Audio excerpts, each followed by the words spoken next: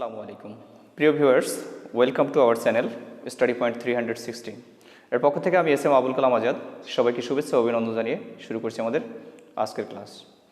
আজকের আমাদের আলোচ্য টপিকস হচ্ছে ব্যক্তিগত অ্যাপ্লিকেশন বা পার্সোনাল অ্যাপ্লিকেশন। ষষ্ঠ শ্রেণী থেকে এসএসসি, এইচএসসি, ডিগ্রি এবং অনার্স সহ সকল পরীক্ষায় মূলত অ্যাপ্লিকেশন রাইটিং এসে থাকে। আর সঠিক নিয়মকানুন জানলে একটি অ্যাপ্লিকেশন দিয়ে আমরা অনেকগুলো অ্যাপ্লিকেশন লিখে ফেলতে পারি। এর জন্য আমাদের অনেকগুলো অ্যাপ্লিকেশন মুখস্থ করতে হয় না। তো আমাদের আজকের আলোচ্য বিষয় হচ্ছে ব্যক্তিগত অ্যাপ্লিকেশন। আমরা দেখব কিভাবে একটি ব্যক্তিগত অ্যাপ্লিকেশন লিখতে হয়। তো প্রথমে আমরা এখানে ডেট দিব, যেমন 04/03/2021। আমরা এখানে যে কোনো একটি ডেট বসাবো, অর্থাৎ যেদিন আমরা লিখবো বা পরীক্ষা দিব আমরা এখানে সেদিনকার তারিখটি লিখে দেব। তারপর আমরা লিখব দ্য হেডমাস্টার অথবা প্রিন্সিপাল, অর্থাৎ যদি স্কুলে হয়, হাই স্কুলে হয় তাহলে আমরা লিখব দ্য হেডমাস্টার, এবং যদি কলেজের জন্য অ্যাপ্লিকেশন হয় তাহলে আমরা লিখব দ্য প্রিন্সিপাল। এরপর আমরা এখানে লিখেছি ছদ্মনাম ব্যবহার করেছি এবিসি স্কুল অথবা কলেজ।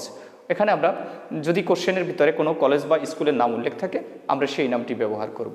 আর যদি কোনো নাম উল্লেখ না থাকে তাহলে আমরা যে কোনো একটি ছদ্মনাম ব্যবহার করব। এরপর আমরা এখানে অ্যাড্রেস দিব। এখানে প্রতিষ্ঠানের অ্যাড্রেস হচ্ছে, আমি এখানে লিখেছি মঠবাড়িয়া, পিরোজপুর। তোমরা যে যার অ্যাড্রেস এখানে ব্যবহার করতে পারবে। এরপর হচ্ছে সাবজেক্ট আমরা লিখব প্রেয়ার ফর ড্যাশ। এখানে যেহেতু ব্যক্তিগত অ্যাপ্লিকেশন, শুধুমাত্র ব্যক্তির নিজস্ব প্রয়োজনের জন্যই লেখা হয়। তো এখানে যেমন লিখতে পারি prayer for a leave of absence, অথবা prayer for an early leave, অথবা prayer for a full free studentship, অথবা prayer for help from the financial help from the poor fund আমরা এখানে ব্যবহার করতে পারবো।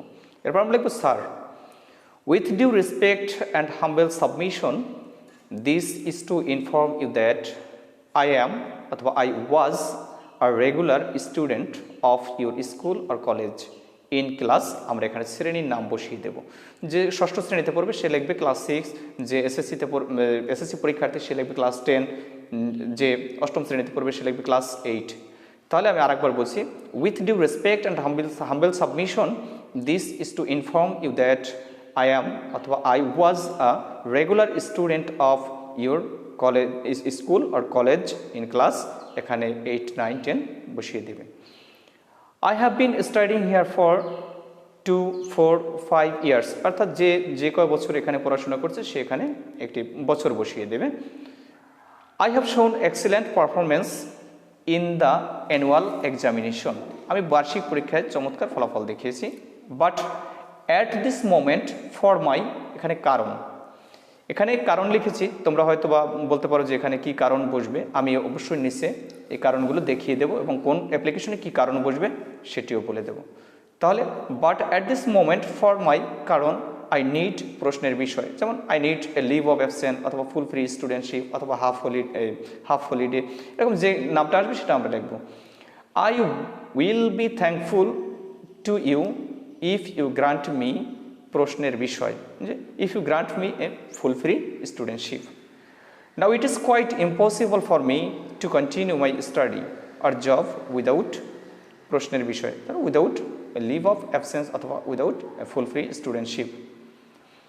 মে আই দেয়ার ফর, মনে রাখবে মের পরে অবশ্যই তোমরা কমা দেবে এবং দেয়ার ফরের পরে অবশ্যই কমা দেবে। আর এটা দেয়ার ফর না, কিন্তু অনেকে ফর লেখে, এখানে দেয়ার ফর হবে। মে আই দেয়ার ফর, যেহেতু অ্যাপ্লিকেশনটা একক তাই এখানে আই লেখা হয়েছে, উই লেখলে কিন্তু কাটা যাবে।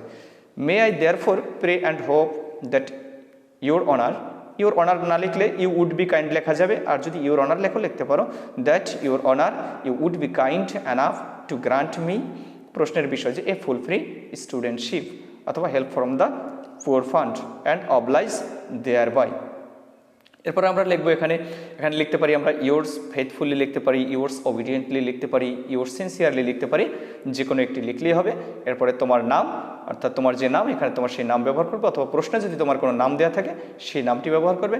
শ্রেণী উল্লেখ থাকলে শ্রেণীর উল্লেখ করে দেবে, অথবা তুমি যে শ্রেণীতে পড়ো সেই শ্রেণীর উল্লেখ করে দেবে এবং তোমার রোল নম্বর লিখে দেবে।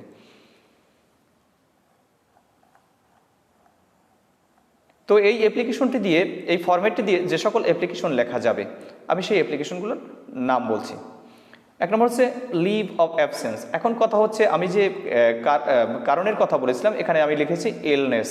আমি যদি এখানে লিভ অফ অ্যাবসেন্সের এখানে যদি আমি এখানে যে কারণ এখানে যে ফর মাই, এখানে আমরা লিখতে পারি ইলনেস, ফর মাই ইলনেস, আমার অসুস্থতার কারণে, তাহলে আমরা এখানে কারণটি পেয়ে গেছি, এখানে আমরা কারণ লিখে দেব ইলনেস। তাহলে লিভ অফ অ্যাবসেন্স পরীক্ষা আসলে আমরা এখানে ইলনেস ব্যবহার করব, ইলনেস ব্যবহার করব, এবং যদি আর্লি লিভ থাকে তাহলে আমরা এখানে ইলনেস ব্যবহার করব। তাহলে নাম্বার 2 আর্লি লিভ, আর্লি লিভেও আমরা ইলনেস ব্যবহার করব।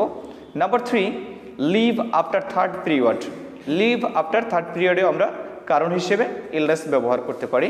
তারপরে number 4 leave in advance, leave in advance মানে অগ্রিম ছুটির জন্য যদি আসে তাহলে আমরা লিখব সিস্টার্স ম্যারেজ সেরিমনি, অর্থাৎ বোনের বিবাহ উপলক্ষে। তারপর হচ্ছে number 5 transfer certificate, transfer certificate যদি আসে তাহলে আমরা লিখতে পারি admission in a new school, অথবা admission in a new school, নতুন স্কুলে ভর্তি হওয়ার জন্য। নাম্বার 6 ক্যারেক্টার সার্টিফিকেট, চারিত্রিক সনদপত্র যদি চায় তাহলে আমরা এখানে লিখব admission in a new school, নতুন স্কুলে ভর্তি হওয়ার জন্য।